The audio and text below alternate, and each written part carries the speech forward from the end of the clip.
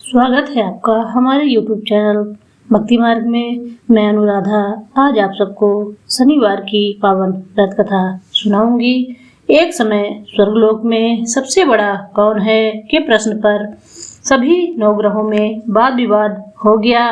इस पर फैसला करने के लिए सभी नवग्रह राजा इंद्र के पास पहुँचे और बोले, हे देवराज इंद्र, आज आपको यह फैसला करना होगा कि हम में से सबसे बड़ा कौन है। ये प्रश्न सुनकर देवराज इंद्र उलझन में पड़ गए और उन्होंने इस पर फैसले को लेकर असमर्थता जताते हुए सभी नवग्रहों को पृथ्वी लोक के राजा विक्रमादित्य के पास जाने का सुझाव दिया। सभी नवग्रह भूलोक के राजा विक्रमादित्य के दरबार में पहुंचे और राजा विक्रमादित्य से अपने प्रश्न का जवाब पूछा, जिसको सुनकर राजा विक्रमादित्य भी कुछ देर के लिए परेशान हो उठे, क्योंकि सभी ग्रह अपनी अपनी शक्तियों के कारण महान थे। किसी को छोटा या बड़ा कहना उनको परेशानी का कारण बन सकता था। तभी अचानक राजा विक्रमादित्य को एक उपाय सूझा और उन्होंने अलग अलग धातुओं के जैसे सोना, चांदी, कांसा, तांबा, सीसा, रांगा, जस्ता, अभ्रक और लोहे के 9 आसन बनवाए। सभी सबसे आगे सोने और सबसे पीछे लोहे के आसन को रखा गया। राजा ने सभी देवताओं को अपने अपने आसन पर बैठने को कहा। राजा विक्रमादित्य ने कहा, जो जिसका आसन हो ग्रहण करे। जिसका आसन सबसे पहले होगा वह सबसे बड़ा और जिसका आसन बाद में होगा वह सबसे छोटा होगा। लोहे का आसन सबसे पीछे था, इसलिए शनिदेव समझ गए कि राजा ने मुझे सबसे छोटा बना दिया। इस फैसले से शनिदेव नाराज होकर बोले, हे राजन, तुमने मुझे सबसे पीछे बिठाकर मेरा अपमान किया है। तुम मेरी शक्तियों से पराजित नहीं हो। सूर्य एक राशि में 1 महीने, चंद्रमा 2 महीने 2 दिन, मंगल 1.5 महीने, बुध और शुक्र 1 महीने, बृहस्पति 13 महीने रहते हैं। लेकिन मैं किसी भी राशि पर 2.5 वर्ष से लेकर 7.5 वर्ष तक रहता हूँ। बड़े बड़े देवताओं को मैंने अपने प्रकोप से पीड़ित किया है। अब तू भी मेरे प्रकोप से सावधान रहना। इस पर राजा विक्रमादित्य ने कहा, जो कुछ भाग्य में होगा देखा जाएगा। कुछ समय बाद जब राजा विक्रमादित्य पर 7.5 की दशा आई तो शनिदेव ने घोड़े के व्यापारी का रूप धारण किया और बहुत से घोड़ों के साथ विक्रमादित्य की नगर पर पहुंचे। राजा विक्रमादित्य उन घोड़ों को देखकर एक अच्छे से घोड़े को अपनी सवारी के लिए चुनकर उस पर चढ़े। राजा जैसे ही उस घोड़े पर सवार हुए वह बिजली की गति से दौड़ पड़ा।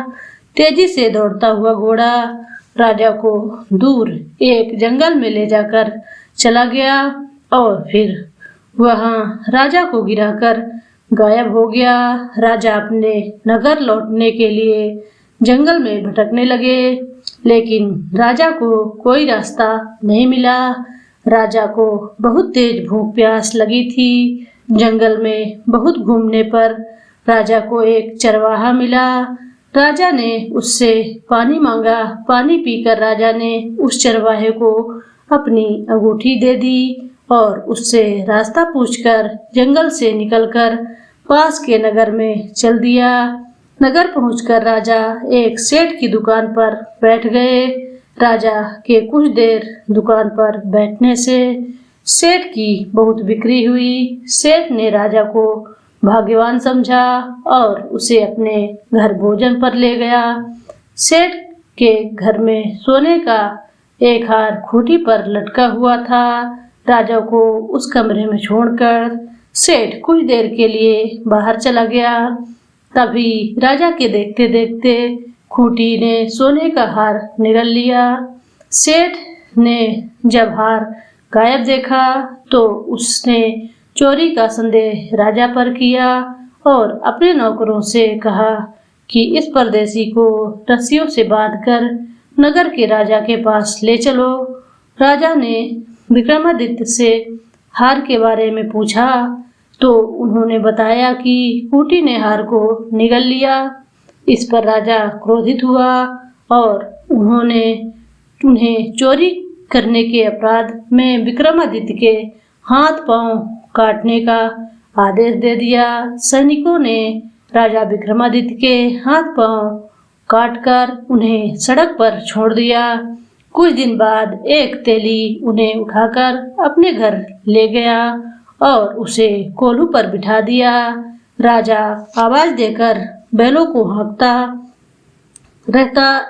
इस तरह तेली का बैल चलता रहा और राजा को भोजन मिलता रहा। शनि के प्रकोप की 7.5 पूरे होने पर वर्षा ऋतु प्रारंभ हुई। एक रात विक्रमादित्य मेघमल्हार गा रहा था, तभी नगर की राजकुमारी मनभावनी रथ पर सवार उस घर के पास से गुजरी।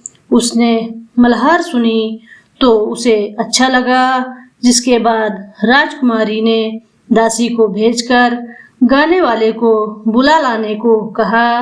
दासी लौटकर राजकुमारी को बताया कि वह अपंग है, लेकिन राजकुमारी उसके मेघमल्हार से मोहित हो गई थी। जिसके बाद सब कुछ जानते हुए भी उसने अपंग से विवाह करने का निश्चय किया।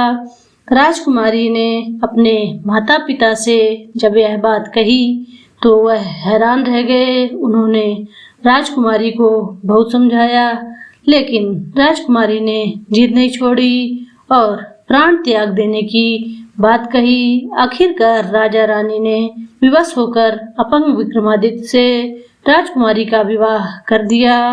विवाह के बाद राजा विक्रमादित्य और राजकुमारी तेली के घर में रहने लगे। एक रात स्वप्न में शनिदेव ने राजा को स्वप्न में कहा, राजा, तुमने मेरा प्रकोप देख लिया। मैंने तुम्हें अपने अपमान का दंड दिया।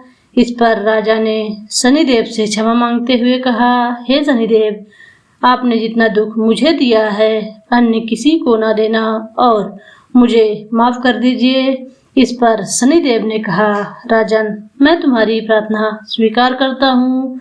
जो कोई स्त्री पुरुष मेरी पूजा करेगा, कथा सुनेगा, जो नित्य ही मेरा ध्यान करेगा, चींटियों को आटा खिलाएगा, वह सभी प्रकार के कष्टों से मुक्त होगा और उसकी सब मनोकामना पूर्ण होगी।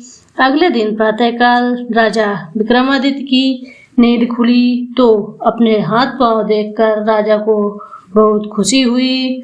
उन्होंने मन ही मन शनिदेव को प्रणाम किया। राजकुमारी भी राजा के हाथ पांव सलामत देखकर आश्चर्य में डूब गई।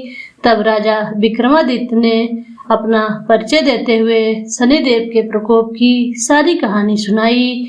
इधर जब सेठ को इस बारे में पता चला तो वह दौड़ता हुआ आया और राजा विक्रमादित्य के चरणों में गिरकर क्षमा मांगने लगा।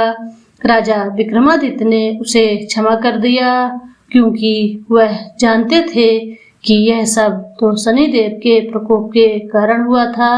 सेठ राजा विक्रमादित्य को पुनः अपने घर ले गया और उसे भोजन कराया। भोजन कराते समय वहां सबके सामने उसी खूंटी ने हार को उगल दिया। सेठ ने भी अपनी बेटी का विवाह राजा के साथ कर दिया और बहुत से स्वर्णाभूषण धन आदि देकर राजा को विदा किया। राजा विक्रमादित्य राजकुमारी मनभावनी और सेठ की बेटी के साथ अपने नगर वापस पहुँचे तो नगरवासियों ने हर्ष के साथ उनका स्वागत किया। अगले दिन राजा विक्रमादित्य ने पूरे राज्य में घोषणा कराई कि शनिदेव सभी ग्रहों में सर्वश्रेष्ठ हैं। प्रत्येक स्त्री पुरुष को शनिवार का व्रत अवश्य करना चाहिए और उनकी कथा अवश्य पढ़नी या सुननी चाहिए। इस प्रकार शनिवार की पावन व्रत कथा समाप्त हुई। धन्यवाद।